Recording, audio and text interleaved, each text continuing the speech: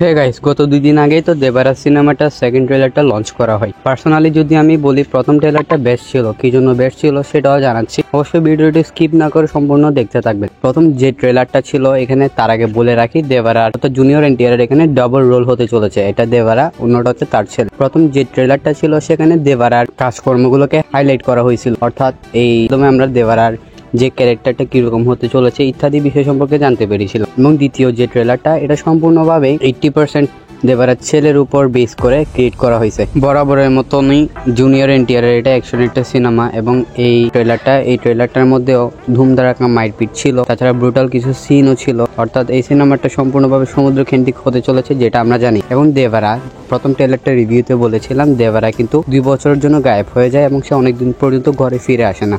So বিষয়টা easily ধারণা করা যাচ্ছে যে দেবারা যে হারিয়ে গিয়েছে, সে হারিয়ে যাওয়ার পিছনে ভাইরারই সম্পূর্ণ হাত রয়েছে।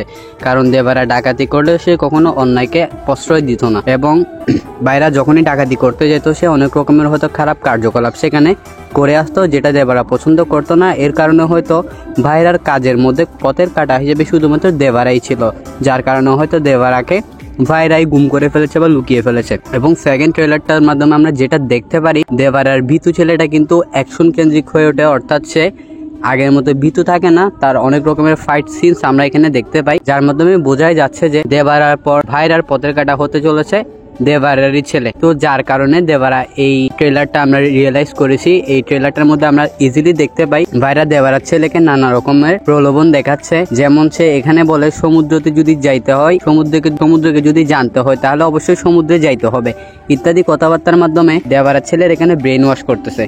এবং ব্রেন ওয়াশ করার মাধ্যমে তাকে সমুদ্রতে নিয়েও যায়, এবং সেখানে আমরা সে আইকনিক শার্কের সাথে যে ফাইট সিনটা আছে, শার্কের সাথে যে সিনটা আছে, সেটা আমরা এখানে দেখতে পাই। অর্থাৎ ভাইরার এখানে সম্পূর্ণ প্ল্যান ছিল দেবারার মতোই তার ছেলেকে তার পথের কাঁটার থেকে সরাই দিবে, এবং এই সম্পূর্ণ বিষয়টাই কিন্তু আমরা সেকেন্ড ট্রেলারের মধ্যে রিয়েলাইজ করতে পারতেছি। তো এই ছিল আজকের ভিডিও। অবশ্যই যেহেতু ইউটিউবে নতুন এসেছি, অবশ্যই সাপোর্ট করবেন। আমারও অনেক রকমের ভুল থাকতে পারে, সেগুলো ক্ষমা সুন্দর দৃষ্টিতে দেখবেন। ততক্ষণ ভালো থাকবেন, সুস্থ থাকবেন। টেক কেয়ার, আল্লাহ হাফেজ।